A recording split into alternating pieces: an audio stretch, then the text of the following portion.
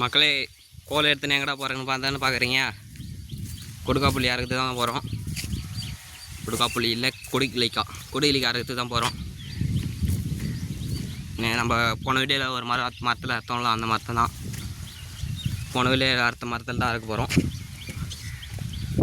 அவங்க போன இன்னைக்கு கொஞ்சம் நல்லா விளைஞ்சிருக்கு கொடிக்கிளிக்காய். இன்றைக்கி கொஞ்சம் அதிகமாகவே பறிக்கலாம். 2 கோல் இருக்குது, 2த்துலேயும் வச்சு அறக்க வேண்டியது தான்.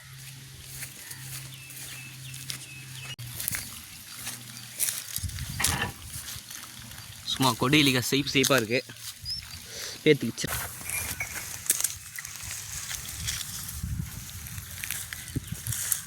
மக்களே பார்த்தீங்கன்னா மரத்துக்கிட்ட வந்து அறுவடை ஆரம்பிச்சிட்டோம். இன்னும் கொஞ்சம் நேரத்தில் 8 வரைக்கும் அறுவடை பண்ணிட்டோம்.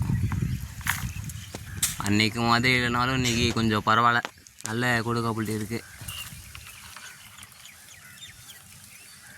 ஃபுல்லாக அறுவடை பண்ணிவிட்டு சொல்கிறோம், பார்க்கலாம். அப்படியா?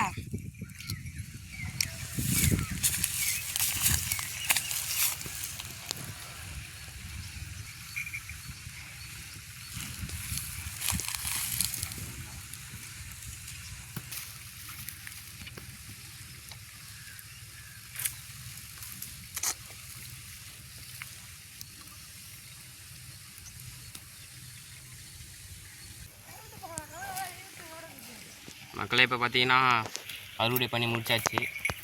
8 வரைக்கும் அறுத்துட்டோம் ஓரளவு. இன்னும் கொஞ்சம் இருக்குது, அது அடுத்த நாளைக்கு பார்த்துக்கலான்னு சொல்லிட்டு விட்டாச்சு. கொடிக்கிளிக்காவும் அறுத்தாச்சு. பாருங்கள், ஒரு 1 கிலோ கிட்ட அறுவடை பண்ணியாச்சு. இவ்வளோ கொடிக்கிளிக்காய் தேய்ச்சி. உங்கள் ஊரில் இதோட பேர் என்னன்னு சொல்லுவாங்கன்னு சொல்லிவிட்டு கமெண்டில் சொல்லுங்கள், நான் தெரிஞ்சுக்கிறேன். இதில் ஒரு மரம் மட்டும்தான் நல்ல திருப்பி மரம். அந்த சைடில் இருக்கிறது அடப்பு, இந்த சைடில் இருக்கிறது அடப்பு. ஒரு மரம் மட்டும்தான் திருப்பி மரம்.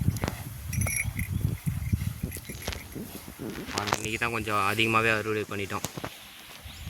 நல்லா 1 கிலோ கிட்டே வரும். நல்லா ருசியான கொடுக்காப்புள்ளின்னு சொல்லுவாங்க. எங்கள் ஊர்லனா அது பேர் கொடிக்கிளிக்காய் தான். உங்கள் ஊரில் இதோட பேர் என்னன்னு சொல்லிட்டு கமெண்ட்டில் சொல்லுங்கள். அடுத்த வீடியோ பார்க்கலாம். பாய்.